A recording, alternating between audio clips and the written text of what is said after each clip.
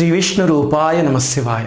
దాదాపు 7-8 నెలల క్రితం అనుకుంటాను, నా దగ్గరికి ఒకసారి నా కలీగ్ ఒక అతను వాళ్ళ అమ్మగారిని నాన్నగారిని వాళ్ళ తమ్ముడిని తీసుకుని మా ఇంటికి వచ్చాడు.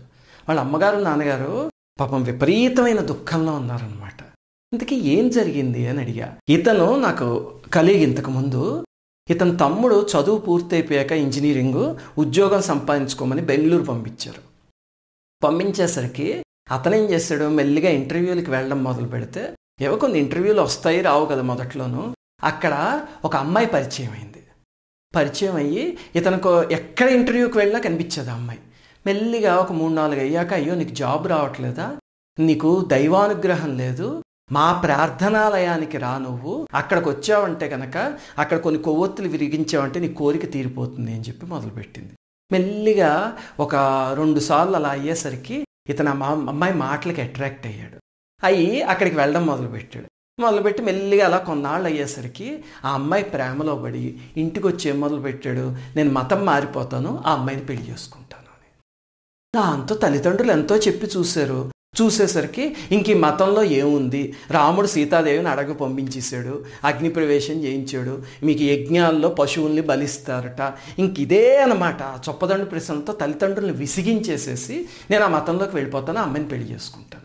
దాంతో వాళ్ళకి ఇంకా బాధ వేసి అప్పుడు నా దగ్గరికి తీసుకొచ్చారనమాట. తీసుకొచ్చి వీడు రోజు ఇలాంటి ప్రశ్నలు అడుగుతున్నాడు, నువ్వు సమాధానం చెప్తావా కాస్త అని చెప్పి నా మిత్రుడు తీసుకొచ్చాడు. సామాన్యంగా నాకు ఇలాంటివి ఇష్టం ఉండవు, ఎందుకంటే నేను అసలు వాదనల్లోకి ఎప్పుడు దిగను.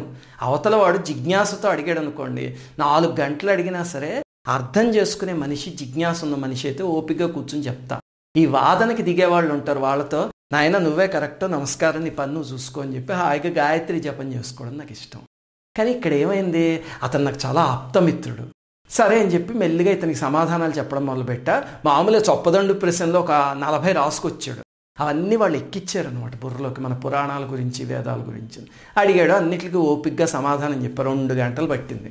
అంతా అయ్యాక, మీరు చెప్పింది కరెక్టే కానీ నాకు ఆ మతమే గొప్పది అనిపిస్తోంది, నాకు అదే చాలా ఆకర్షణీయంగా ఉంది, అందుకని అందులోనే చేరుతాను అన్నాడు. అనేసరికి నాయన అక్కడ ఆకర్షణీయంగా ఉన్నది నీకు మతం కాదు, ఆ మధ్యలో ఉన్న అమ్మాయి, ఆ విషయంలో నేనేం చెప్పదలుచుకోలేదు, బుద్ధి కర్మానుసారిని, నీకు ఏత్తోస్తే అది చెయ్యి అని చెప్పా. నా అంతా వాళ్ళ నాన్నగారు, మా ఇంట్లో రాముల వారి విగ్రహాలు ఉంటాయన్నమాట ఎదురుగుండా, ఆ పాదాలు పట్టేసుకుని వెక్కి ఏడ్చేసి, రామచంద్ర నా బిడ్డని నువ్వు మార్చు స్వామి అని చెప్పి ఏడ్చేశారు. ఏడిస్తే అప్పుడు నేను ఒక మాట అడిగా. వాళ్ళు బ్రాహ్మణుల కుటుంబం. దాంతో ఏమంటే మీరు రోజు సంధ్యావందనం చేస్తారా అని అడిగా ఆయన్ని, వాళ్ళ నాన్నగారిని. ఆయన నీళ్లు నవలడం మొదలెట్టారు. దాంతో వెంటనే వాళ్ళ అమ్మగారు, నేను చెప్తానండి మీకు అసలు విషయం అని చెప్పి, ఈయన కాలేజీ రోజుల్లో పరమ నాస్తికుడు, రామాయణంలోంచి విష గ్యాంగ్ ఉంది చూడండి, ఆ గ్రూపులో చేరిన మహానుభావుడు ఈయన. మాది చాలా నైష్టికమైన కుటుంబం, ఈయనకి ఇచ్చి పెళ్లి చేస్తే నన్ను ఏనాడు పూజ కూడా చేసుకొని ఇచ్చేవాడు కాదు, నేను పూజ చేసుకుంటుంటే ఎంతసేపు అక్కడ కూర్చోవడం, భగవంతుడిని నానా తిట్లు తిట్టడం, యజ్ఞోపవీతం తీసి అవతల పాడేశాడు, నా ఇష్టం వచ్చింది తింటాను తాగుతాను అన్నాడు. అలాంటి జీవితాన్ని గడిపాడండి ఇన్నాళ్ళను. ఇప్పుడు పిల్లలు అలా తయారవ్వక ఏం చేస్తారు అని చెప్పి ఆవిడ బోర్ని ఏడ్చేసింది. బర్స్ట్ అయిపోయింది ఆవిడ అందరి ముందును. అంటే అప్పుడు నేను చెప్పాను, ఏమండి దీనికి ఒకటే సొల్యూషను, మీరు వెళ్ళి రోజు సంధ్యావందనం చేయండి, మీ పిల్లల చేత సంధ్యావందనం చేయించండి, వాళ్ళకు ఉపనయనం అవ్వకపోతే కనుక చేయించండి, అప్పుడు జీవితంలో మార్పు వస్తుంది. వెంటనే మన హీరో గారు లేచి, సంధ్యావందనం అలాంటివి నేను చెయ్యను, ఆ కుర్రాడు ఉన్నాడు కదా అని మొదలెట్టాడు. ఆయన నిన్ను చేయమని లేదు, మీ అన్నయ్య మీ నాన్నగారు చేస్తారులే, నువ్వు అదే మార్గంలో వెళ్ళు పర్వాలేదు, గాయత్రి మాత చూసుకుంటుంది అని చెప్పేసి వదిలేసా. సర్లేండి. ఆ విషయం తర్వాత ఇంతకీ ఏమైంది అంటే, ఒక 4-5 నెలలు పోయాక మా మిత్రుడు ఫోన్ చేసి, తండ్రిను పెద్ద కొడుకు సంధ్యావందనం మొదలుపెట్టాక వాళ్ళ అదృష్టం కొద్దీ ఒక సంఘటన జరిగింది. ఏమిటంటే, ఏ అమ్మాయితో అయితే మన వాడు వల్లో పడి చివరికి ఇంట్లోంచి కూడా వెళ్ళిపోయాడు, అమ్మాయిని పెళ్లి చేసుకోవడానికి, మతం మార్చుకోవడానికి కూడా సిద్ధమైపోయాడు. సరిగ్గా దానికి ఒక 4 రోజుల ముందు ఇతనికి ఒక విషయం తెలిసింది. ఆ అమ్మాయి అలాగనే ఇంకొక 4-5 మగవాళ్లతో అలాంటి స్నేహాలే చేసి వాళ్ళని కూడా మతం మార్పించి తనను వివాహం చేసుకునేలాగా చేయడానికి చేస్తుంది. అంటే అక్కడ పెళ్ళి అవేమీ లేవు, మతం మార్పించడానికి ఒక ఎర్ర కింద వాడుతున్నారు. చాలా అసహ్యకరమైంది. ఒక ఆడపిల్ల జీవితాన్ని మత మార్పిడి కోసం అలా వాడుకుంటున్నారు అంటే అసలు ఆ మత ప్రవక్త మెచ్చుతాడా? ఆయనే బ్రతికుంటే అసహించుకుంటాడు వాళ్ళందరినీ. సర్లేండి, అది పక్కన పెట్టండి. చివరికి అది తెలిసి అప్పుడు మన వాడికి జ్ఞానోదయం అయ్యి మళ్ళీ దారిలోకి వచ్చాడు. ఇంతకీ ఇదంతా చెప్పొచ్చేది ఎందుకు అంటే, సరైన సమయంలో ఉపనయనం చేస్తే కనుక ఇలాంటి వాటి నుంచి మన పిల్లల్ని కాపాడుకోవచ్చు. ప్రతిరోజు సంధ్యావందనం చేసే ఇంట్లో సామాన్యంగా ఇలాంటి ఒడిదుడుకులు రావు. తండ్రి చెయ్యాలి, పిల్లల చేత చేయించాలన్నమాట. ఈ వీడియోలో అసలు ఉపనయనం అంటే ఏమిటి, సంధ్యావందనం ఏంటి, ఎలా చేయాలి, ఎవరు చేయాలి, ఎవరు ఉపనయనం చేసుకోవాలి, అలాంటి ప్రశ్నలన్నిటికీ సమాధానాలు చూద్దాం. మొట్టమొదటిది అసలు ఉపనయనం అంటే ఏమిటి? ఉపనయనము అంటే దగ్గరగా తీసుకువెళ్ళడం అని ఆ పదానికి అర్థం. తండ్రి గురువుకి దగ్గరికి తీసుకువెళ్ళడం, గురువు భగవంతుడి దగ్గరికి తీసుకువెళ్ళడం, ఆ ప్రాసెస్సే ఉపనయనం. సామాన్యంగా పిల్లవాడికి ఒక 8 సంవత్సరాలు వచ్చాయనుకోండి, అప్పుడు చూడండి ఇంద్రియాలన్నీ గుర్రాలై పరిగెత్తడం మొదలు పెడతాయి. అంటే మదము, క్రోధము, మాత్సర్యం అలాంటివి వచ్చేసి చిన్నప్పుడు ఎప్పుడైనా తండ్రి తిట్టాడు అనుకోండి, వెధవా ఏమిట్రా పని అని వెంటనే ఇలా తలకే ఉంచేసుకుని ఆ అమాయకంగా ఉన్న పిల్లవాడు కాస్త అప్పుడు ఇలా తలెత్తి యాటిట్యూడ్తో చూడడం మొదలు పెడతాడు. మీరు గమనించి చూడండి, 8 ఏళ్ళు అయ్యేసరికి ఇవన్నీ వస్తాయి. ఇంకా ఒక 14 ఏళ్ల వయస్సు వచ్చేసరికి కామం అలాంటి గుర్రాలు కూడా నిద్రలేస్తాయి. గుర్రాలకి మరి కళ్యాలు వేయాలి కదా, ఇవన్నీ జీవితంలో అవసరమే, కానీ ఎప్పుడు ఉపయోగించాలో అప్పుడు అవసరం తప్ప అవి పిచ్చి పట్టినట్టు వెళ్ళిపోకూడదు. ఆ కళ్యమే యజ్ఞోపవీతం, అది వేసే కార్యక్రమమే ఉపనయనం అన్నమాట. అది సరైన సమయంలో తండ్రి కానీ వేయగలిగితే కనుక అప్పుడు జీవితాలు ఒడిదుడుకులు లేకుండా ఉంటాయి. సామాన్యంగాను తండ్రి గురుస్థానం తీసుకోవాలి ఆ వయస్సు వచ్చాక. తీసుకుని అప్పుడు ఉపనయనం చేసి పిల్లవాడిని గాయత్రి మాత ఒళ్ళో కూర్చోబెట్టాలి. కూర్చోబెట్టి పులకించిపోవాలి. అసలు తల్లి నా బిడ్డని ఇప్పుడు వాడికి ఇంద్రియాలు పరిగెత్తే వయస్సు వచ్చింది, నీ ఒళ్ళో కూర్చోబెడుతున్నాను, ఇక్కడి నుంచి నువ్వు చూసుకో తల్లి, రోజు నేను సంధ్యావందనం చేయిస్తాను అని కూర్చోబెట్టి ఆ ప్రక్రియ అప్పుడు చేయాలన్నమాట. అలాగా సంధ్యావందనం నిత్యం చేసే వాళ్ళకి నేను చెప్తున్నాను, వరాలు ఇవ్వడానికి దేవతలు క్యూలో ఉంటారు. ఇంకా అసలు అలాంటి పిల్లల్ని, అలాంటి కుటుంబాన్ని మీరు చూడక్కల, ఆ కుటుంబం ఎప్పుడు హాయిగా సాఫీగా వెళ్ళిపోతూనే ఉంటుంది అంతే. ఇప్పుడు ఇంతకీ ఉపనయనం ఏ వయస్సులో చేయాలండి? ఇది రెండో ప్రశ్న. దీనికి గర్భాష్టమం అని ఉంది. అంటే పిల్లవాడు కడుపులో పడిన దగ్గర నుంచి 8 years అయ్యాక, అక్కడి నుంచి కౌంట్ చేస్తే 8 years అయితే అప్పుడు ఉపనయనం చేసుకోవడానికి అర్హత వస్తుంది అనమాట. అంటే కడుపులో 10 నెలలు ఉంటారుగా, రఫ్గా 7.2 years వయసు వచ్చేసరికి కుర్రవాడికి ఉపనయనం చేసే అర్హత వస్తుంది. ఆ తర్వాత మంచి ముహూర్తం ఎప్పుడప్పుడు చూసుకుని చక్కగా చేసేయండి. అలాగనే 14-16 ఏళ్ళు దాటాక ఇంకా కుర్రవాడికి ఉపనయనం చేసే అర్హత అసలు ఆ తండ్రికి లేదు. చిన్నప్పుడు చేస్తే అదే ముచ్చట. అసలు ఎంత ముచ్చటండి ఆ ఉపనయనం చేసే వటువుకి పంచశిఖలు అవన్నీ పెట్టి చెవులో బ్రహ్మోపదేశం చేస్తుంటే తండ్రి గాయత్రి మాత ఒళ్ళో పెడుతున్నాను అని ఒక రకమైన సంతోషం వస్తుంది తండ్రికి, ఒక రకమైన ఉద్విగ్నత వస్తుంది. మనకి ఇలాంటి ఉద్విగ్నతలు ఉండవు. మనం ఎప్పుడు వాడు పుట్టగానే వాడికి ఒక బెడ్రూమ్ ఉందా లేదా, అక్కడ బంకర్ బెడ్ ఉందా, ఒక స్టడీ టేబుల్ ఉందా, వాడి పేరున ఒక పాలసీ ఉందా, బ్యాంక్ బ్యాలెన్స్ ఉందా, ఇవన్నీ చూస్తాం తప్ప వాడిని గాయత్రి మాత చేతిలో పెట్టామా అని ఆలోచిస్తాం. పెట్టి చూడండి ఆ జీవితాలు ఎలా ఉంటాయో తెలుస్తుంది. ఇప్పుడు ఉపనయనం అయ్యాక ఏమి చెయ్యాలండి? ఇది తర్వాత ప్రశ్న. రోజు 3 పూట్ల సంధ్యావందనం చేయాలి. సంధ్యావందనం మీకు అలవాటైపోతే చేయడానికి 10 to 15 నిమిషాలు పడుతుంది అసలు ఆ ప్రక్రియ. అది మాత్రం ఖచ్చితంగా చేయాలి 3 పూట్లను. తర్వాత గాయత్రి జపం చేసుకుంటే ఇంకా మంచిది. అసలు మీరైనా సరే మీ పిల్లలైనా రోజుకి 108 సార్లు కానీ సహస్ర గాయత్రి కానీ చేస్తే అయ్యో బాబోయ్ అసలు ఆ జీవితాలు ఎక్కడుంటాయండి. నేను ఈ వీడియోలో చెప్పలేను, అది చేసి చూస్తే అనుభవైక వైద్యం అంటే అంత అద్భుతమైన స్థితికి తీసుకువెళ్ళిపోతుంది గాయత్రి మాత. అందుకని 3 పూట్ల సంధ్యావందనం. అంటే ఎలా కుదురుతుందండి? పిల్లలు స్కూల్కి వెళ్తారు, మేము ఆఫీసులకి వెళ్ళాలి కదా అంటే దానికే మళ్ళీ వెసులుబాటు ఉంది. పొద్దున్న సంధ్యావందనం చేసినప్పుడు పొద్దున్నది మధ్యాహ్నంది కలిపి చేసేసుకోవచ్చు. ఒక చిన్న ప్రక్రియ ఉంది అలా చేస్తే. మళ్ళీ సాయంత్రం ఆఫీస్ నుంచి వచ్చాక, స్కూల్ నుంచి వచ్చాక సాయంకాలం సంధ్యావందనం చేసుకుని అప్పుడు ఆ రోజు ముగించవచ్చు. అలా చేసి చూడండి, అసలు ఆ జీవితాలు ఎలా ఉంటాయో మీకు తెలుస్తుంది.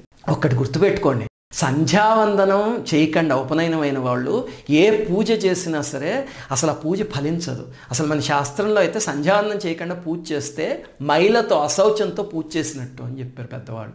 అందుకని సంధ్యావందనం చేయకుండా అసలు ఏ రోజు ఉండకూడదు. నిజం చెప్పాలంటే 3 రోజుల పాటు సంధ్యావందనం చేయకపోతే మళ్ళీ ఆలయానికి వెళ్ళి ఉపనయనం చేయించుకుని మళ్ళీ యజ్ఞోపవీతం వేసుకోవాలి అని చెప్పారు శాస్త్రంలో. అంత ముఖ్యం సంధ్యావందనం చేయడం. ఇంతకీ సంధ్యావందనం చేస్తే ఏమొస్తుందండి? ప్రకృతి మొత్తం సహకరిస్తుంది. ఆ దేహం అంతా మంత్రమయం అయిపోతుంది ప్రతిరోజు సంధ్యావందనం గాయత్రి చేయగలిగితే. మీకు ఒక ఉదాహరణ చెప్తా చూడండి. విజయనగరం ఉంది కదా మనకు, విశాఖపట్నం పక్కన. అక్కడ కిందటి శతాబ్దంలో నిజంగా జరిగిన సంఘటన ఇది. ఒక ఆయన, ఒక వంట బ్రాహ్మణుడు ఒక జమీందారుల కుటుంబంలో వచ్చి వంటకి చేరాడు. ఆయనకి త్రికాలం సంధ్యావందనం చేసుకోవడం అలవాటు అనమాట. సంధ్యావందనం, గాయత్రి జపం. వంట చేసుకుంటున్నా సరే జపం అలా చేసుకుంటూ ఉంటూ వంట చేసేవాడు. రాత్రి అయ్యాక అడుగు మీద పడుకుని అలా అనుకుంటూ నిద్రపోయేవాడు అనమాట. ఒకసారి ఏమవుతుంది, ఈ ఊరికి ఒక తాంత్రికుడు ఒక అతను వస్తాడు, మహామంత్రవేత్త.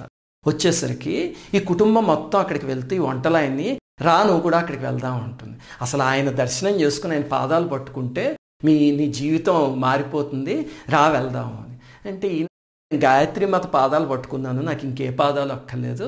ఒకవేళ ఆ తల్లి వెళ్ళమని అనుజ్ఞ అయితే ఆవిడ ఏదో ఒక సందర్భాన్ని సృష్టిస్తుంది, అప్పుడు వెళ్తాను, నాకు ఆసక్తి లేదు, మీరు వెళ్ళరండి అంటాడు. ఆ తాంత్రికుడి దగ్గరికి వెళ్ళాక ఆయన కుటుంబాన్ని చూసి, భార్య భర్త, మీ చిన్న అబ్బాయి కళ్ళు మూసుకుని, మీ పెద్ద అబ్బాయి ఫలానా చోట ఫలానా వ్యాపారం చేస్తున్నాడు కదా, బాగుంది. మీ అమ్మాయిని పెళ్లి చేసి ఫలానా వాళ్ళ ఇంటికి పంపించారు కదా, తొందరలో మీ అమ్మాయి గర్భవతి అవుతుంది అని చెప్పి మొత్తం చెప్పేస్తాడు. వాళ్ళు ఆశ్చర్యపోతారు, అబ్బా త్రికాలజ్ఞుడు అని. మీరు వచ్చారు కానీ మీ ఇంట్లో ఒక వంటలాయన ఉండాలి కదా, ఎందుకు రాలేదు అని అడుగుతాడు. అంటే అయ్యో బాబు ఏమి త్రికాలజ్ఞుడు రా, నమస్కారం చేసి, స్వామి అహంకారం, మీ అంతటి సర్వజ్ఞుల గురించి చెప్పినా సరే నేను గాయత్రి మాత పాదాలు పట్టుకున్నా ఇది అది అంటున్నాడు. అంటే సర్లే వాడికి ఎలా బుద్ధి చెప్పాలో నాకు తెలుసు, ఈరోజు రాత్రి మీ వంట ఆయనకి బుద్ధి వస్తుంది చూసుకోండి అని చెప్తాడు. చెప్పి రాత్రి ఏం చేస్తాడు, ఒక ప్రయోగం చేస్తాడు.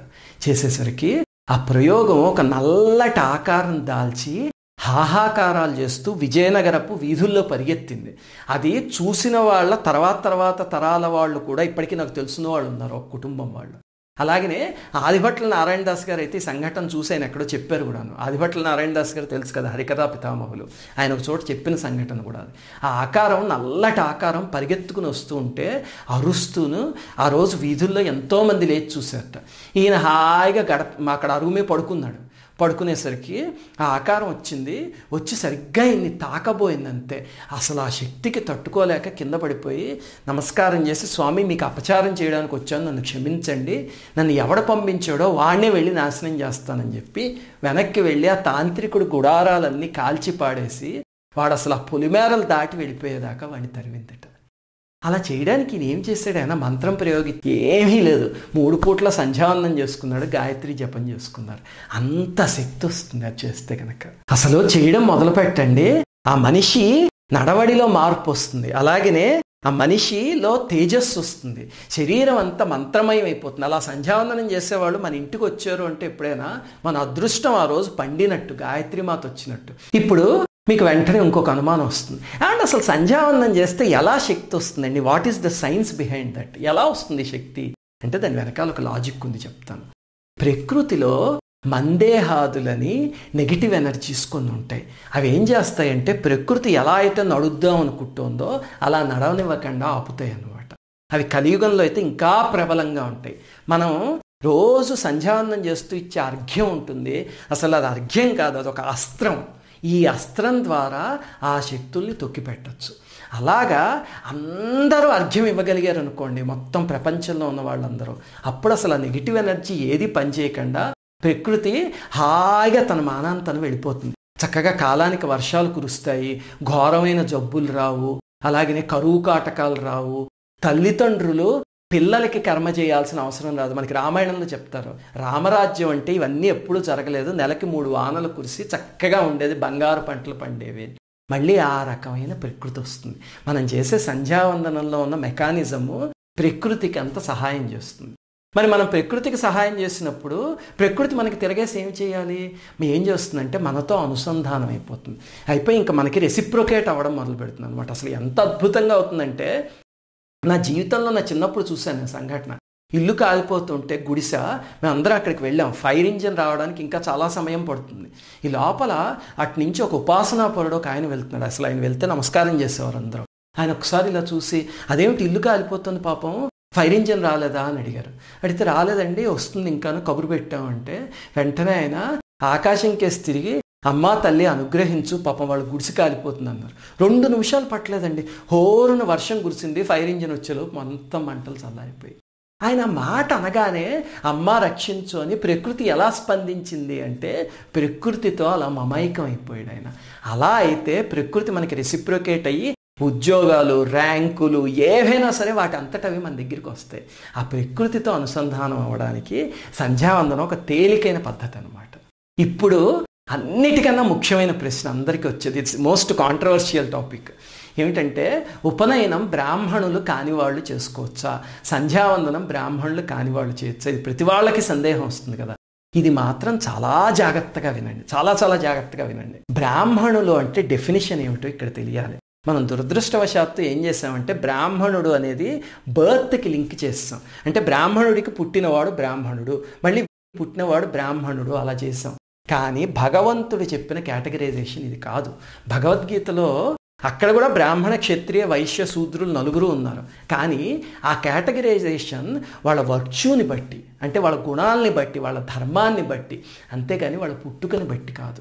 అంటే ఇప్పుడు ఒక చిన్న కుర్రాడు ఉన్నాడు, అక్కడ ఏదో అన్యాయం జరుగుతుంటే వెళ్ళి అక్కడ నిలబడి ఆ తప్పు చేస్తున్న వాడిని 4 తన్ని నువ్వు ఎందుకు ఇలా చేస్తున్నావు బలహీనుడి మీద అని చెప్పి రక్షించగలిగాడు అనుకోండి. ఏ కుటుంబంలో పుట్టినా, ఎవరికి పుట్టినా వాడు క్షత్రియుడు అని అర్థం. అది క్షత్రియుడికి ఉండాల్సిన లక్షణం, క్షాత్రం అది. అలాగనే సత్యం, ధర్మం, శౌచం, అహింస ఇవన్నీ పాటిస్తూ ఎప్పుడూ భగవంతుడికి అనుసంధానం అయ్యి ఉన్నాడు అనుకోండి. ఏ కులంలో పుట్టినా అతను బ్రాహ్మణుడే. ఇప్పుడు మనకి నాయనార్ల కథలు చూస్తే మన భక్త నందనార్ ఉన్నారు, ఆయన చర్మకారుల కుటుంబంలో పుట్టారు, కానీ ఎప్పుడూ పరమేశ్వరుడి మీదే ధ్యాస, ఆయన బ్రాహ్మణుడు. అలాగనే మన బాలయోగి గారు ఉన్నారు, ముమ్మిడివరం బాలయోగి. ఆయన చూడండి ఏదో కులంలో పుట్టారు, కానీ ఆయన భగవంతుడితో అనుసంధానం అయిపోయి సమాధి స్థితిలోకి వెళ్ళిపోయారు, మహనీయుడు. అలాంటి వాళ్ళు బ్రాహ్మణులు. బ్రాహ్మణులు అంటే బ్రహ్మం మీద ఆసక్తి ఉన్నవాడు, అంతేకాని బ్రాహ్మణుడికి పుట్టినవాడు కాదు. ఇప్పుడు ఉపనయనం ఎవరికి అంటే ఆ రకంగా బ్రహ్మానికి అనుసంధానమైన ప్రతి వాళ్ళు ఉపనయనం చేసుకోవచ్చు. అందుకే మన మహాత్ములు కొంతమంది, మీరు మాస్టర్ కే గారిని కానీ, సత్యసాయిబాబా గారిని కానీ, ఇప్పుడు రవిశంకర్ గారని ఉన్నారు వీళ్ళని కానీ, లేకపోతే రామశర్మ ఆచార్య గారని, శ్రీరామశర్మ ఆచార్య గారని, గాయత్రి పరివార్ అని ఒక అద్భుతమైన సంస్థ పెట్టారు.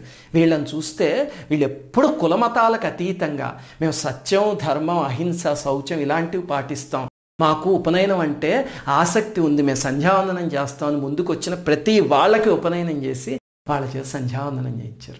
అసలు రామశర్మ ఆచార్య గారు అయితే భారతదేశం మొత్తం, ప్రపంచం మొత్తం గాయత్రి పరివార్ సంస్థలు పెట్టి మీరు ఉపనయనం కావాలి అంటే ఇంటికి వచ్చి మిమ్మల్ని పరిశీలించి మీరు చేయగలరు అనుకుంటే కనుక ఇంటికి వచ్చి ఉపనయనం ఉచితంగా చేసి వెళ్తారు. ఇప్పటికి కూడా ఆల్ వరల్డ్ గాయత్రి పరివార్ అని వాళ్ళ వెబ్సైట్ ఉంది, మీరు అక్కడికి వెళ్ళి చూడండి, చూస్తే అసలు అద్భుతమైన సేవ చేస్తున్నారు. అలాగే నేను చెప్పిన ఈ సంస్థలు ఎవరైనా మీకు ఆసక్తి ఉంటే వీళ్ళు ఎవరి చేతైనా ఉపనయనం చేయించుకోవచ్చు. ఎలాగండి అంటే ఈ డిస్క్రిప్షన్లో వాళ్ళకి సంబంధించిన కొన్ని డీటెయిల్స్ పెడతాను, మిగతావన్నీ ఇంటర్నెట్లో చూసి తెలుసుకోండి. ఇంకా ఆఖరి ప్రశ్న, ఆడవాళ్ళు చెయ్యొచ్చా అండి?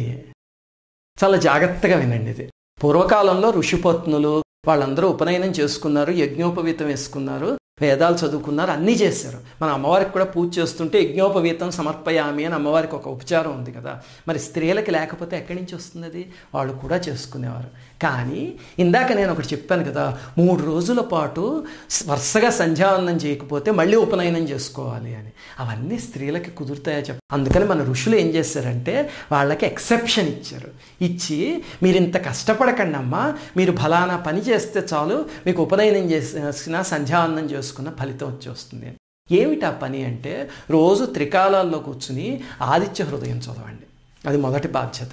రెండోది, మీ ఇంట్లో సంధ్యావందనం భర్త కానీ పిల్లలు కానీ చెయ్యకపోతే కనుక వాళ్ళ చేత బలవంతంగా చేయించండి. ఆ 2 చేస్తే మీ ఇంటికి అది చేసేసిన ఫలితం వచ్చేస్తుంది. కాకపోతే ఆడవాళ్ళకు కూడా ఉపనయనం చేసే సంస్థలు ఉన్నాయి ఇప్పటికీ. ఉదాహరణకి మీరు శ్రీ రవిశంకర్ గారి సంస్థ తీసుకుంటే ఆన్లైన్లో వెళ్ళి రిజిస్ట్రేషన్ చేసుకుంటే వెళ్ళి ఉపనయనం చేయించుకోవచ్చు. కానీ విపరీతంగా పాటించాలి, అవన్నీ కుదరదు కదా. ఇంకా స్త్రీ అలా కూర్చుంటే ఇల్లు ఎక్కడి నుంచి నడుస్తుంది? అందుకని ఆ తల్లులకి వెసులుబాటు కల్పించారు. ఈ కిందే మీకు ఇంకొక డిస్క్రిప్షన్ ఇస్తుంది. ఇప్పుడు కేసీ దాస్ ట్రస్ట్ అని ఉంది, వాళ్ళు సంధ్యావందనం ఎలా చేయాలో అవన్నీ వీడియోలు చేసి ఆన్లైన్ వర్క్షాపులు చేసి అవన్నీ వీడియోలు అక్కడ పెట్టారు. అలాగనే మీకు చేసే ఆసక్తి ఉంటే కనుక ఇదిగో రామకృష్ణాశ్రమం పుస్తకం ఒకటి ఉంది చూడండి, ఇక్కడ నేను చూపిస్తున్నాను. ఇది 20 రూపాయలు ఎంతో ఈ పుస్తకం. ఇందులో మొత్తం సంధ్యావందనం, అసలు ఈ పుస్తకం పేరే యజుర్వేద సంధ్యావందనం అందరూ చేయొచ్చు అని రాసింది. ఇందులో అసలు క్లారిఫికేషన్స్ అన్నీ మనం అనుకునే మిత్తులు చాలా వాటికి ఆన్సర్లు ఉంటాయి. చక్కగా ఈ పుస్తకం కొనుక్కోండి. ప్రతి మంత్రానికి అర్థం ఉంటుంది ఇందులోను. ఇది కొనుక్కుని దీని ద్వారా నేర్చుకుని మీరు అందరూ తప్పకుండా చేయండి. శ్రీమాత్రే నమః.